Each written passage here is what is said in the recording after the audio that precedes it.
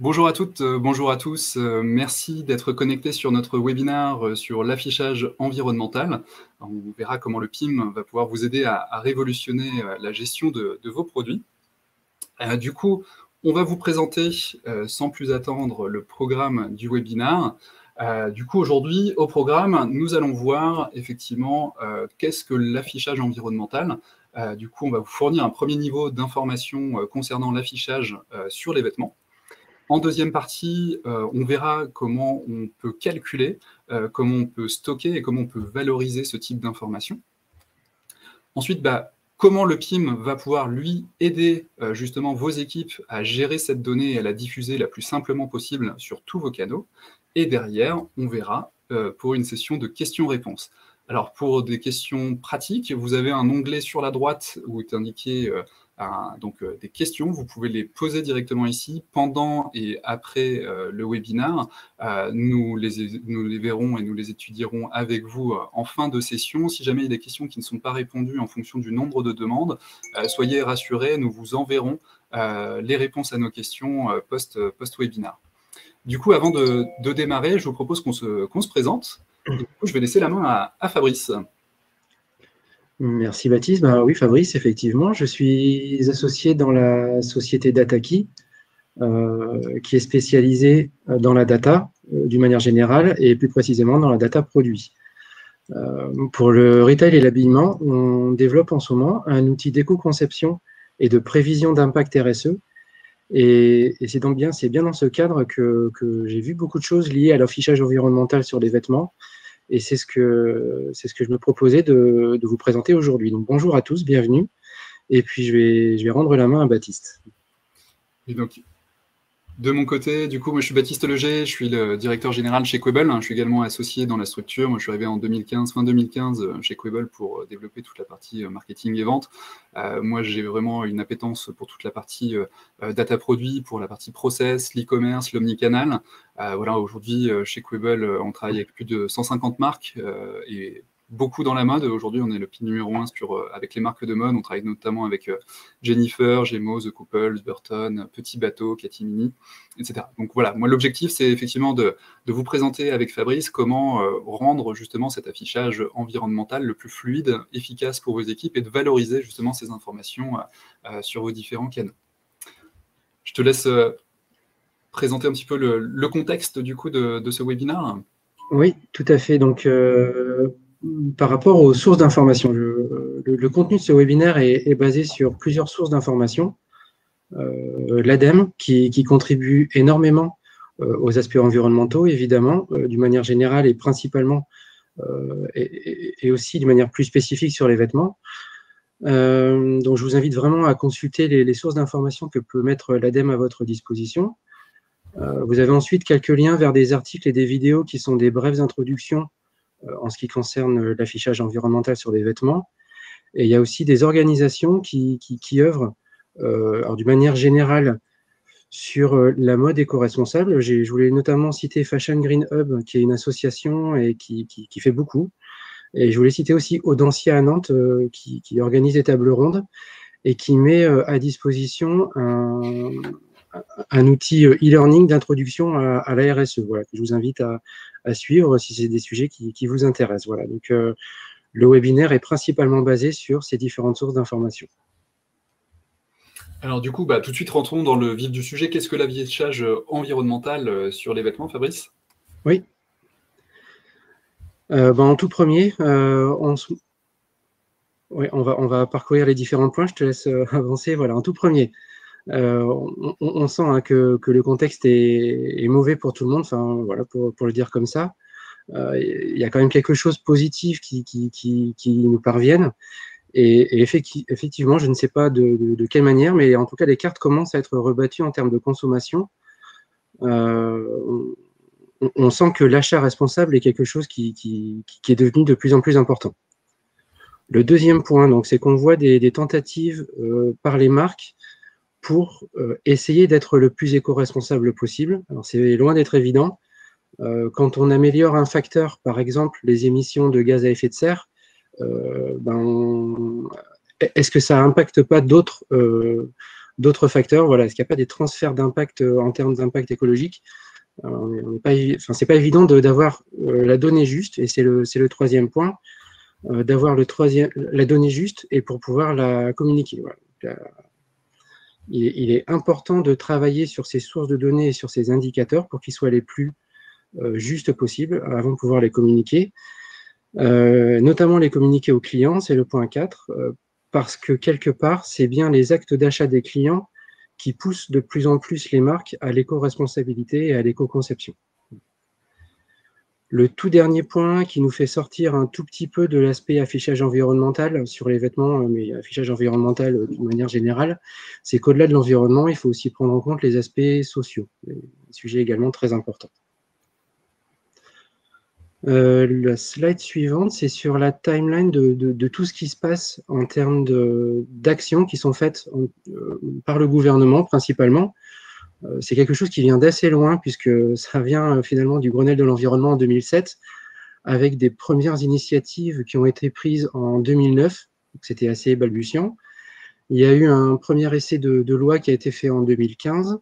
Ce dont je vais vous parler principalement aujourd'hui, alors pas dans le détail des lois évidemment parce que c'est un petit peu compliqué, mais c'est la loi de février 2020 sur la loi anti-gaspillage et économie circulaire. Donc je vous ai mis les références de l'article également, qui a été lancée il y a 1 an à peu près par le ministère de la Transition écologique et qui fixe quelque part la façon dont ça se passe. Donc ça se passe par un pilote qui a été lancé en relation avec ID Group et Decathlon, donc des enseignes voilà, qui sont vraiment des références dans leur secteur d'activité en février 2020. Ce pilote a vocation de durer 18 mois, donc il est quasiment terminé maintenant. Les informations qui sont issues de ce pilote sont actuellement analysées et vont continuer à l'être. Et l'objectif de ces différentes analyses, c'est de présenter un dossier au Parlement pour pouvoir fixer le décret qui correspond à la loi. Vous savez, la loi, ça fixe le cadre général de ce qui doit être fait, et le décret, ça décrit dans le détail les modalités, notamment de calcul des indicateurs qu'on va voir par la suite, et également de ce qui est obligatoire, de ce qui ne l'est pas. Voilà. Alors ce décret, j'ai écrit fin 2021, c'est toujours compliqué de savoir exactement la date des décrets, ça va vraiment dépendre de ce qui sera analysé et de ce qui va sortir de ce pilote, mais voilà, je pense que c'est un objectif qui peut être tenu. Alors, qu'est-ce que oui. Pour l'affichage environnemental, donc si on veut aller dans le concret, j'ai pris une copie d'écran là du site de Decathlon qui affiche sur certaines de ses fiches produits un petit logo lié à l'affichage environnemental. Donc l'affichage environnemental, c'est un logo que vous connaissez tous d'ailleurs sur d'autres catégories de produits, hein, c'est A, B, C, D ou E. On voit ça régulièrement dans les magasins. L'objectif de l'affichage environnemental, c'est de transposer quelque chose de très lisible et de très visuel au monde de l'habillement et du textile, principalement ici. Donc la première chose, c'est un indice, donc ABCDE, qui permet de comparer 2 produits de la même famille. Donc on compare des choses, quand on souhaite acheter un t-shirt, on peut comparer sur cet indice l'impact environnemental de ce t-shirt. Le deuxième point, c'est qu'il est visible par les consommateurs. Ce n'est pas quelque chose qui est interne aux marques, issu d'une étude d'ACV produits dont on parlera après au sein de la marque, mais c'est vraiment pour donner de l'information aux consommateurs. Et le troisième point, c'est un point qui est peut-être le plus important, c'est de pouvoir comparer en s'appuyant sur les mêmes informations, quelle que soit la marque.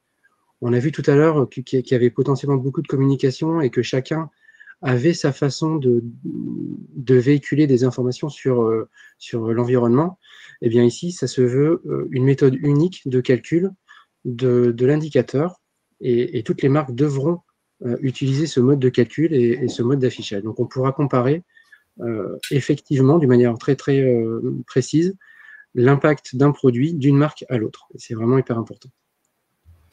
Du coup, en pratique, comment ça s'est passé, Fabrice ? Alors, chez Decathlon et ID Group, je base ma réponse à cette question par rapport à une table ronde qui a été organisée par Fashion Green Hub en novembre 2020, qui était animé par Slow We Are, où il y avait quelqu'un de l'ADEME qui fait vraiment beaucoup aéronautré pour l'affichage environnemental notamment et sur les vêtements principalement aujourd'hui. On avait également Clear Fashion qui édite un outil qui permet de comparer des produits entre différentes marques. Et il y avait donc les deux personnes de Decathlon et ID Group.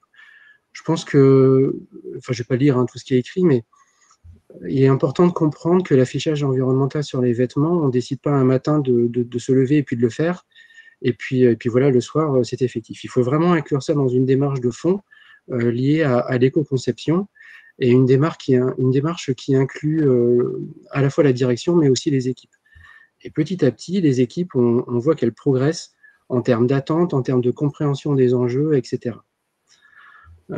L'autre chose qui est importante de comprendre, et c'est ça qui induit une complexité, c'est qu'il faut utiliser la grille de lecture de l'ACV produit, on va en parler juste après, qui permet de prendre en compte tout le cycle de vie produit. Le produit, c'est pas que de la fabrication, c'est pas que du transport, c'est vraiment un ensemble de choses qui vont de la matière première jusqu'à l'utilisation des vêtements et également jusqu'à la fin de vie des vêtements. Voilà. Donc tout ça, c'est vraiment à prendre en compte. Et le dernier point sur lequel je voulais insister, c'est qu'il ne faut pas, parce qu'on cherche à faire des vêtements éco-responsables, se dire qu'on va perdre en qualité ou qu'on va perdre en esthétique. Tout ça, c'est tout à fait compatible aujourd'hui à des initiatives qui sont faites et qui prouvent qu'il est possible, en ne faisant pas de concessions sur la qualité et l'esthétique, d'avoir des alternatives éco-responsables aux matières et aux vêtements traditionnels. En conclusion, je vais quand même dire que il faut rester positif par rapport à tout ça, parce qu'on n'est vraiment pas à l'abri d'avoir une bonne surprise sur les coûts. On peut imaginer ne pas dépenser plus sur des vêtements éco-responsables. Et parfois même, ça peut coûter moins cher. Donc, il faut vraiment étudier ces différentes options. Alors, du coup, pour justement étudier ces différentes options, tu vas nous montrer effectivement comment on peut analyser justement le cycle de vie du produit, comment calculer justement l'information de type environnemental et comment on va pouvoir valoriser tout ça sur les différents canaux des marques. Je te propose d'abord de passer au cycle de vie. Oui, tout à fait. Alors, je vais prendre un rôle. D'habitude, j'ai l'habitude de répondre à des questions, mais là, je vais plutôt me faire plaisir et poser quelques questions. Donc, la première phase du cycle de vie, donc c'est la conception. Et alors, si tu peux passer juste à la suivante, la conception se base sur plein de choses. La première étant l'extraction des matières premières et l'énergie. À la base, un vêtement, un produit, une paire de chaussures, c'est bien des matières premières. Et la question que l'on peut se poser, c'est vaut mieux-il de la fibre bio ou de la fibre recyclée? Et la question est hyper difficile finalement quand on va au fond des choses, parce que recycler de la matière, ça peut consommer de l'énergie, ça peut être polluant. Donc voilà, c'est une question qui est vraiment pas évidente. Je vais pas y répondre, je vais poser plein de questions là cette fois-ci. L'étape suivante, c'est plus une étape de fabrication. Alors l'ADEME a été jusqu'à calculer l'impact environnemental du kilowattheure d'électricité dans les différents pays, et on voit que l'impact n'est pas du tout le même suivant le pays où on produit. Donc voilà, on peut aller jusque-là dans l'analyse de la fabrication. Alors effectivement, il y a d'autres sujets qui sont sans doute plus impactants, comme les teintures, les traitements des matières qui sont faites lors de la confection et de la fabrication. Notre type de question, c'est le transport. Alors effectivement, le transport, ça pollue, c'est indéniable. Quel est l'impact du transport par rapport à l'impact global?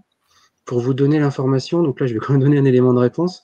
De ce que j'entends dire, 80 à 90% de l'impact écologique de la fabrication d'un vêtement vient du produit. Ça veut dire que ça laisse 10% de l'impact, 10 à 20% de l'impact entre le transport et les magasins. Donc voilà. Il faut vraiment se poser cette question-là d'une manière globale sur le cycle de vie produit pour pouvoir répondre à la question de l'impact environnemental. Donc, une fois qu'on a transporté et qu'on a finalement amené le produit en boutique et que quelqu'un l'a acheté, c'est l'usage de ce vêtement. Vous savez qu'à chaque fois qu'on lave un vêtement, en fonction de la matière, il y a des petites particules potentiellement de plastique qui sont relâchées dans les eaux usées. Voilà, ce sujet-là, il est important. Comment utiliser plus longtemps le vêtement? Alors, je ne dis pas que l'éco-responsabilité s'oppose à la fast fashion, au contraire, on peut avoir de la fast fashion responsable. Néanmoins, voilà, la durée de vie du vêtement est importante et on parle de plus en plus de seconde main. Et ben, effectivement, la qualité du produit est hyper importante pour la fin de vie et l'usage, je dirais, long et dans de bonnes conditions du vêtement. Alors, une fois que le vêtement est en fin de vie, il y a deux solutions qui s'offrent à nous. Donc, comment favoriser le recyclage? Et là également, il y a beaucoup d'initiatives qui sont faites pour refaire du fil à partir des vêtements ou pour pouvoir réutiliser des pièces. Ou comment détruire sans impact. Alors ça, c'est peut-être un vœu pieux, mais voilà. Et en tout cas, à partir du moment où on a la réponse à ces questions, eh ben, on peut réengager un cycle de conception en voyant les choses un petit peu différemment et en s'orientant vers des matières premières, des procédés, des transports, des usages qui sont plus respectueux de l'environnement. Donc voilà pour l'analyse du cycle de vie. Donc tout ça, ça induit une multitude d'informations qui sont vraiment à droite et à gauche. Alors j'ai essayé de trouver un dessin rigolo pour présenter tout ça, mais effectivement, c'est très très complexe et ça demande beaucoup de concentration. Pour aborder ça, donc la première façon, c'est, bon, on ne va pas aborder ça d'un bloc, ça serait fou. Utilisons des thèmes. Alors, les thèmes qui sont proposés, l'eutrophisation de l'eau, donc c'est la pollution de l'eau, le bilan carbone, la préservation de la biodiversité. Voilà, c'est tous des thèmes sur lesquels on peut travailler les uns après les autres pour avoir une vision globale au final. Le deuxième point, c'est s'appuyer sur l'ACV produit. Je vais prendre un exemple qui est sans doute pas le meilleur, mais réduire les transports, on l'a vu tout à l'heure, communiquer fortement sur une réduction de transport, c'est bien, mais il faut vraiment utiliser l'intégralité des indicateurs sur la globalité du cycle de vie produit. Donc l'analyse du cycle de vie produit est hyper importante pour faire ce genre d'analyse. Alors les ACV produits, c'est quelque chose qui prend du temps. Il y a des cabinets qui font ça très bien. L'objectif, c'est de s'appuyer sur ces analyses pour réussir à avoir une vision globale et tirer un maximum d'informations.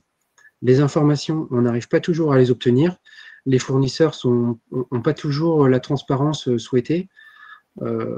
Et en tout cas, il faut aller vers ce niveau de transparence. Donc là, c'est vraiment important pour la marque et dans sa relation avec ses fournisseurs de demander le maximum d'informations. Mais malheureusement, quand on ne l'a pas, il faut bien s'appuyer sur des hypothèses de calcul quand l'info n'est pas disponible. Voilà, une fois que ces informations sont récoltées et que les indicateurs sont calculés, il faut réussir à valoriser l'information.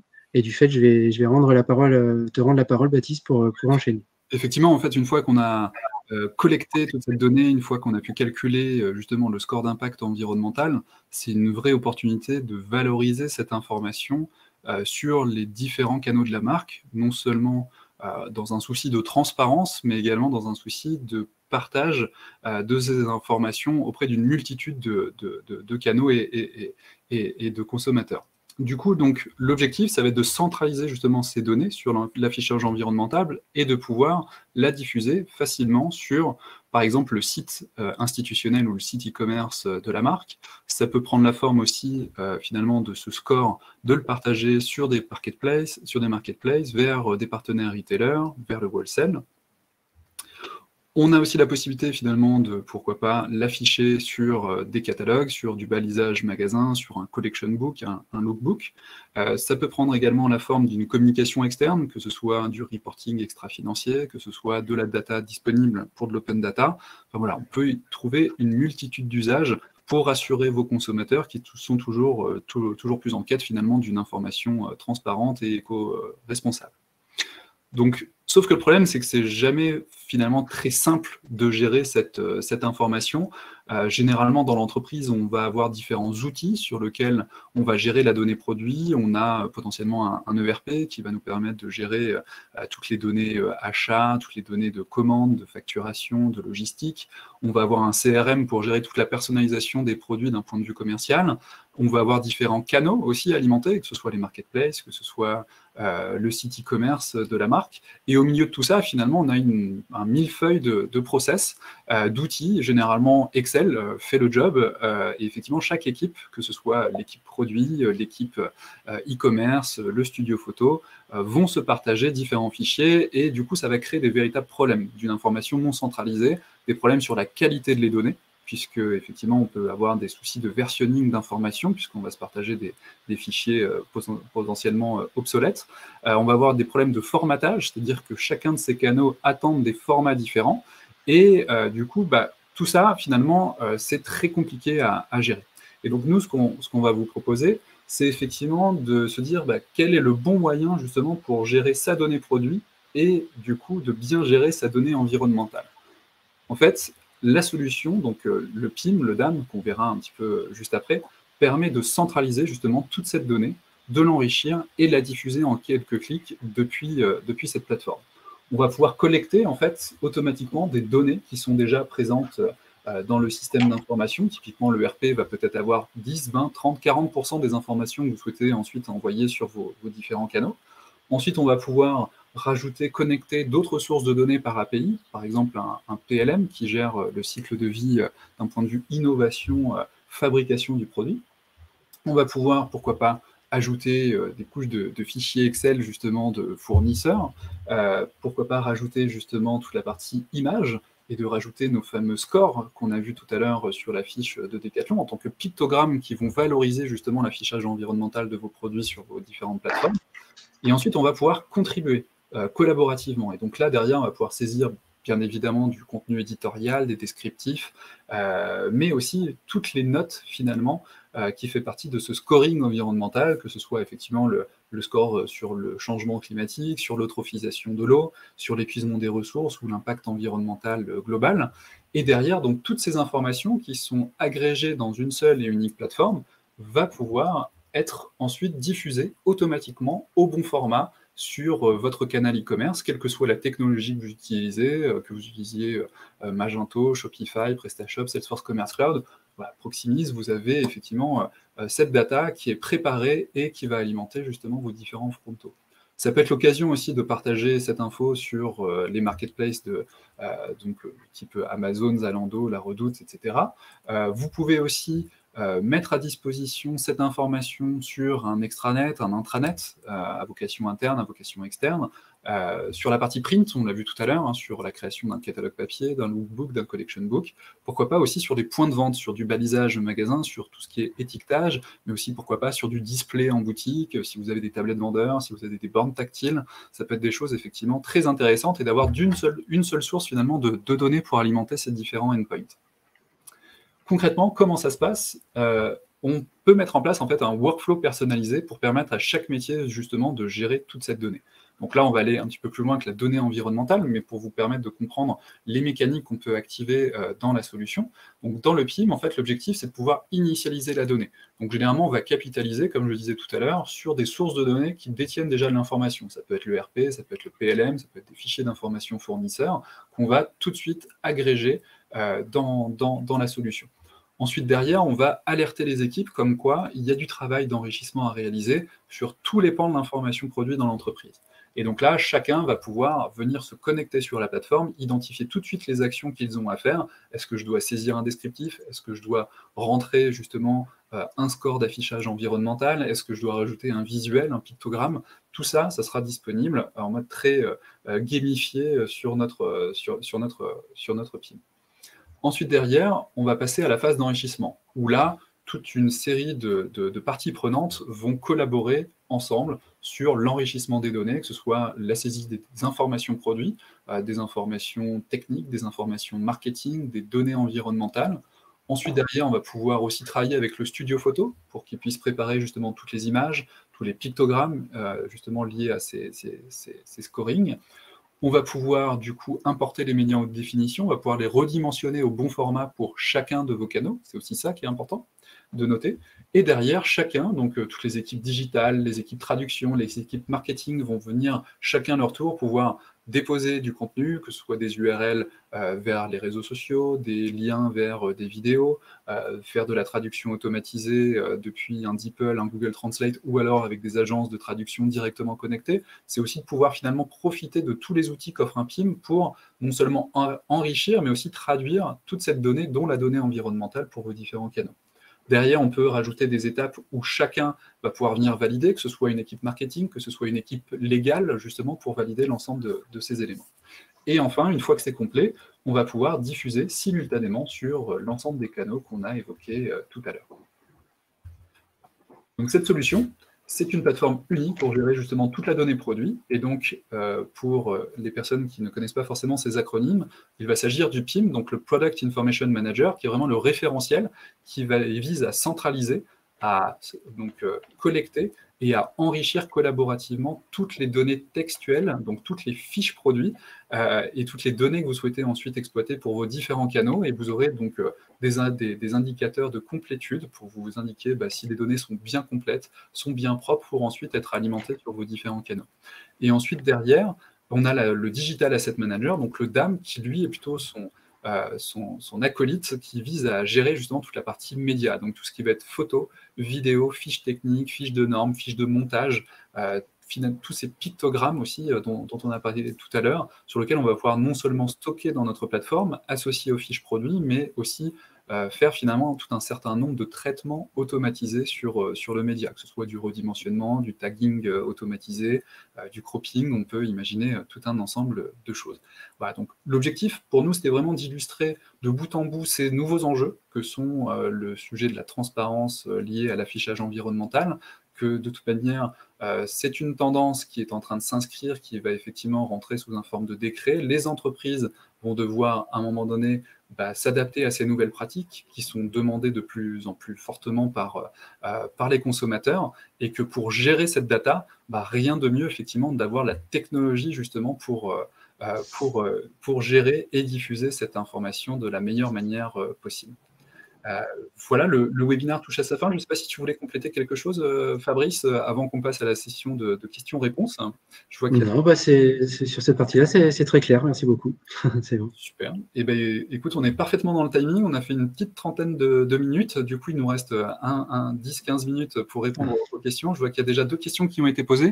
Alors, il y a Marie qui nous a posé la question: existe-t-il des fonctionnalités de machine learning dans j'imagine que vous parlez par rapport à la solution Quable. Alors, en fait, l'objectif de Quable, c'est vraiment d'être un référentiel. Du coup, donc l'objectif, c'est de stocker cette information. Par contre, effectivement, derrière, on va pouvoir connecter plein d'API, que ce soit Google Cloud Vision pour les taguer automatiquement, les médias, faire de leur reconnaissance faciale, de leur reconnaissance d'objets. On peut avoir la même chose sur la partie traduction. On va plutôt travailler. Nous, notre objectif, c'est vraiment de fournir une plateforme collaborative qui permette de gérer facilement sa donnée, de pouvoir la structurer, et derrière, on va pouvoir connecter effectivement tout un ensemble d'API pour faciliter le travail au quotidien des différents utilisateurs.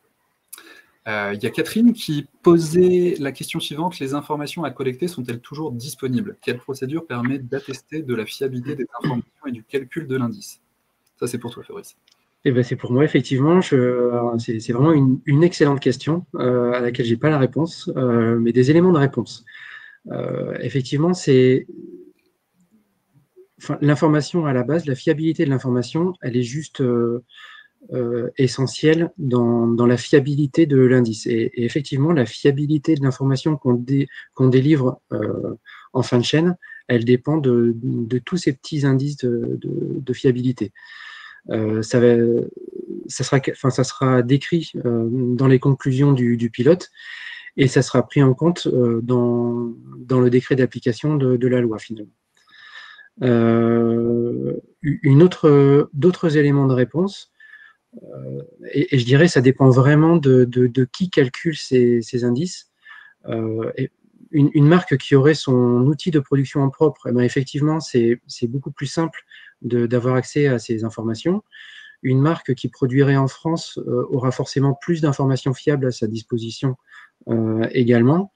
Le mode de contractualisation, il peut avoir également son intérêt, sachant que si la marque achète des produits directement confectionnés, ben là, on a accès à peu d'informations au final, mais une marque qui, par exemple, achète de la matière pour ses fournisseurs a accès à plus d'informations. Voilà.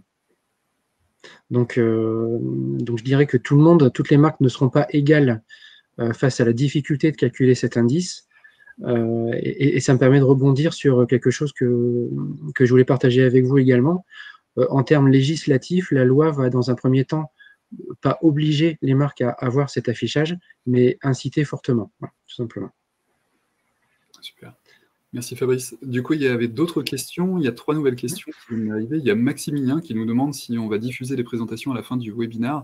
Oui, effectivement, en fait, vous aurez accès, on va vous envoyer non seulement le format PDF, vous aurez également un lien vers le replay. Donc, si vous souhaitez partager aussi le lien vers la vidéo pour des collègues, pour des confrères, n'hésitez surtout pas, vous aurez toute la possibilité de le faire.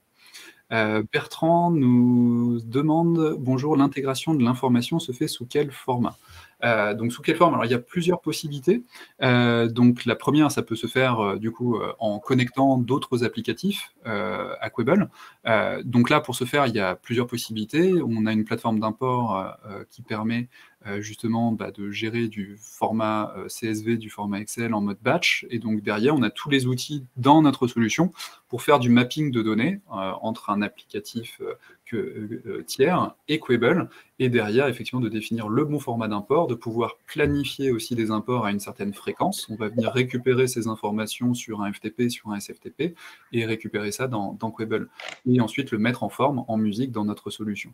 Ça, c'est la première possibilité. Après, on a aussi des API qui permettent justement de synchroniser facilement ces informations. Et on a aussi des webhooks, alors pour les plus techniques, qui permettent, sur la base d'une collecte d'informations ou d'un événement qui se produit dans Quable, de créer une automatisation d'un autre événement. Par exemple, une fois que je collecte une information, je peux alerter un collègue via Slack, via un email automatique, ça peut être la mise à jour d'un autre champ dans la fiche produit, enfin, il y a plein de possibilités autour de ça. Et donc là, on parle de l'import, mais son parallèle est vrai avec l'export. Ce sont également les mêmes mécaniques d'export pour ensuite diffuser sur vos différents canaux. Voilà, j'espère, Bertrand, avoir répondu à votre question. N'hésitez pas à compléter si jamais je n'ai pas fait l'intégralité du chemin. Je vais peut-être me permettre d'apporter juste une toute petite précision à Marie par rapport aux fonctionnalités de machine learning, au cas où elle voulait parler de l'amont, mais en tout cas, c'est bien d'en dire un mot. Quand on parle des data, effectivement, on peut parler de machine learning. Alors, j'imagine que pour le calcul de l'indicateur, on ne va pas utiliser de machine learning parce qu'il faut des choses très mécaniques et très mécaniques, pour le dire comme ça. Par contre, des fonctionnalités de machine learning, d'analyse, de réseaux de neurones, etc., il est possible d'en utiliser pour faire de la prévision d'impact RSE et pour pouvoir faire des propositions sur différentes options éco-responsables. Voilà. C'est toujours un sujet de données disponibles. Du coup, il y a Catherine qui, pour compléter la question précédente, demandait quel est le calendrier estimé pour mettre en place la démarche complète, récolte des données jusqu'à la diffusion. C'est une très bonne question aussi. Alors vraiment, ce webinaire, il est basé sur une première analyse qui n'est pas l'analyse finale du pilote. Et là, je suis vraiment en peine pour vous répondre. L'objectif, c'était vraiment de vous donner un premier niveau d'information. Mais en tout cas, ce calendrier, il y a des groupes de travail en ce moment qui travaillent sur ce genre de sujet et qui vont fournir des réponses à ces questions-là. Voilà. Je ne peux pas vous les donner, moi, aujourd'hui, ici. C'est une très bonne question. Parfait, merci. Je ne sais pas s'il y a d'autres questions. On va laisser, je vois qu'on est encore une 50aine de personnes connectées sur le webinaire. Donc, j'imagine que peut-être qu'il y a d'autres personnes qui ont des questions. N'hésitez pas, pour rappel, c'est dans l'onglet questions sur la droite de votre écran. Voilà, on peut rester encore 5 minutes si vous avez des questions, avec grand plaisir pour y répondre.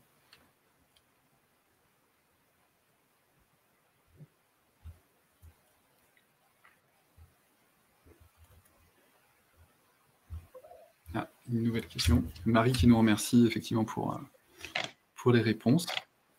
Je pense qu'on va pouvoir lever la la séance. En tout cas, on a été absolument ravis avec Fabrice de partager ce moment avec vous. Et du coup, n'hésitez surtout pas. La plateforme Livestorm permet aussi, si jamais vous avez des questions après le webinaire, de continuer à les poser.